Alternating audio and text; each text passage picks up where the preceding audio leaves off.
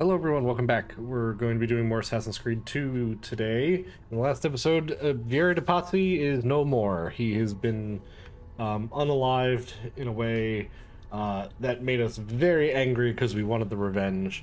And our Uncle Mario's like, hey, no, respect the dead, that kind of thing. So we'll be seeing a little bit more of that in future instances of action. So let's get into it.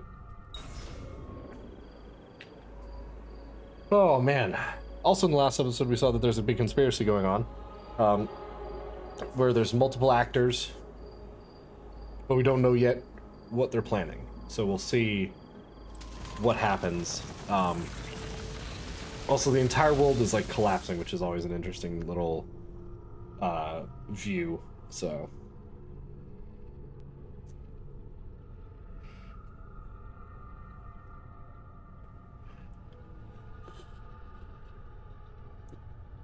trying to remember where we go to next, actually, now that I think about it. Oh, we're at the villa. Okay. So we're at the villa. Let's talk to the doctor. We're gonna heal now, and we're gonna get some medicine. 2,200 florins is not really enough to buy anything from the blacksmith, so we'll just ignore that for now. But let's see what Mario has to say. And here he is, our campione Ezio. Oh, hey, Ezio! I see you wasted no time starting the celebration. And why not? You've done us a great service, Nipote. With Vieri dead, La Toscana will grow quiet once more. Do you know what that means? Basta lavorare. Si passa tutto il giorno a bere. E a puttane. What? It's true. Come, Ezio, walk with me. Yes, uncle. The Pazzi answer to another. Spaniard. He is Rodrigo Borgia, one of the most powerful men in all of Europe, and leader of the Templar Order. Which makes him responsible for the murder of my father and brothers. Yes, and he will kill you too, given the chance. Then I must stand against him if I wish to be free. But not until every other Templar has fallen to my blade. Father's list will guide me. Where will you go next? Firenze. Francesco de Pazzi will share the fate of his son. A sensible next step. No doubt he intends evil for the city. All right, that's enough grim talk for one night. I'll be in my study if you need me. I shall read the letter my uncle gave me. Messer Francesco, I have done as requested and spoken with your son. I agree with your assessment, though only in part. Yes, Vieri is brash and prone to act without forethought. And he has a habit of treating the mercenari like playthings. I have received reports of at least 3 men being disfigured as a result. I don't really care about reading all that. So let's before we go deal with Mario, let's go put the feathers in our mother's chest. There we go. 5 of 100, so 5%. Cool. Let's talk to our uncle. There we go. Look familiar? On their codex pages. Yes. Your father managed to find and translate a few before he... Here. This is not your father's work. Someone else has translated it. Leonardo da Vinci, a friend. Do you see the way the words cross from one page to the next? There is something underneath it all. Some kind of map.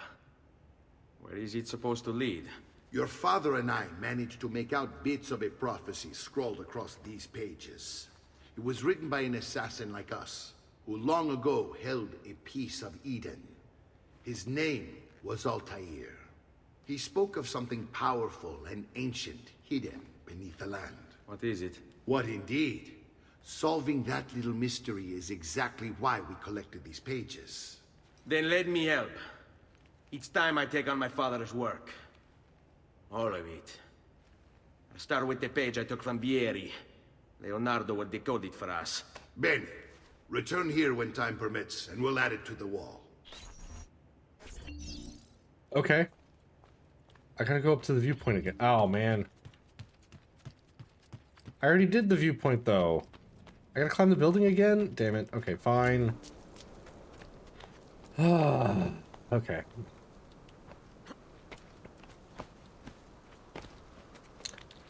It's not the worst thing to climb, at least, thankfully, but still, like, really? Gotta do it again. But, yeah, so we gotta find more codex pages. It's gonna actually be important for us, what we need later. So, we're gonna have to get them at some point. Whether it be on screen or off, really doesn't matter, but... Collect the 4 philosophical... Oh, there's 4 codex pages here? Jeez, okay. Alright.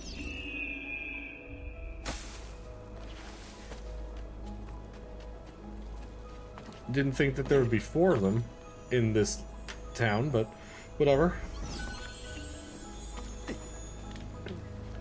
That does help us get through a lot faster, though. Alright, so we'll head there for this one.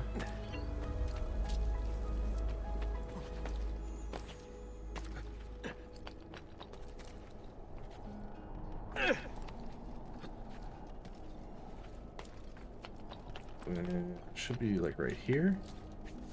Yeah. It's gonna be like it seems like it's gonna be at the end of an alleyway or something like that. So we just gotta go and get the one that's over this way, far side of town, and we can go to the one that's all the way out in the middle of the fields. Which I think if we go down this way, it should be able to get it. Yeah, there we go. That's easy. So while I'm running out to get this last codex page, I'm gonna run something by you guys. I was thinking possibly of doing a playthrough of Crysis Remastered. I played through it recently just as a personal project, and I really enjoyed it. And I wanted to see if you guys would be interested in having that be a series or something like that. It's not gonna be very long. It's only gonna be probably around a dozen episodes, because I'm gonna do one level per video, if that makes sense. Actually, I should probably mark off where I'm going so I don't run the wrong direction. All the way up there. Okay. But I was just curious, is that something you guys would want to see? I would really like to. I think it would be fun. Especially given that Crysis was like a memed out, the original, for how many years. And it means to test computers and stuff like that, their graphics capabilities, because it was so, I'm going to say poorly optimized, but, you know, just let me know. Leave a comment in the comments section below about whether or not you'd like to see that, and we'll go from there. Oh, and we get extra health the more codex pages we decrypt. Okay, that's actually quite cool. I like that. So I guess we got to go back into the villa. So let's do that quick. I think, if I remember correctly, this is going to be where we're going to be able to start upgrading the villa's, like, streets and buildings and stuff, and we can start actually acquiring some currency, some income, and we can use that for further upgrades, and then we can use it for making getting more weapons and armor and whatnot. And it's kind of annoying we can't ride a horse in town, but whatever. So let's go talk to her quick, and that way then we can get that whole train going. All right, let's see. There you are. Salute, Claudia. Our uncle is un mostro. This is outrageous. What's happened? He's making me work. If Father was here, I'd never be stuck behind a desk like this. And what are the terms of this supposed enslavement? Since someone decided we're going to stay here, Zio Mario suggested we try and find the money to repair the villa. Problem is, there isn't any. I bet I can bring in some money. Oh, great. More work for me. Well, benissimo. If you start paying for improvements to the town, I'll keep track of them in this book. And since I have nothing better to do, I'll also make note of any objects you bring in from the outside. If you actually get this place up and running, travelers might visit and spend money. Although I doubt anyone will want to come this far out of the city. But if they do, I'll keep the money we make in this chest. You're going to have to show up to take it to the bank yourself. Because when it gets full, I'm just going to take the extra cash for myself. Capito? Deal. All right, fair. So we can do some upgrades.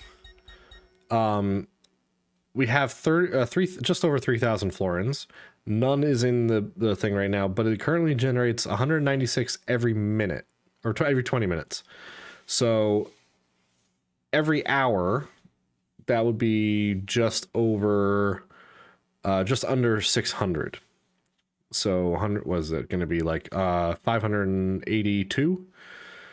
So, you know, we'll or more than that, 576. So we can do it for like an hour and 20 minutes, I think, before it like fills up. But we can upgrade certain things like the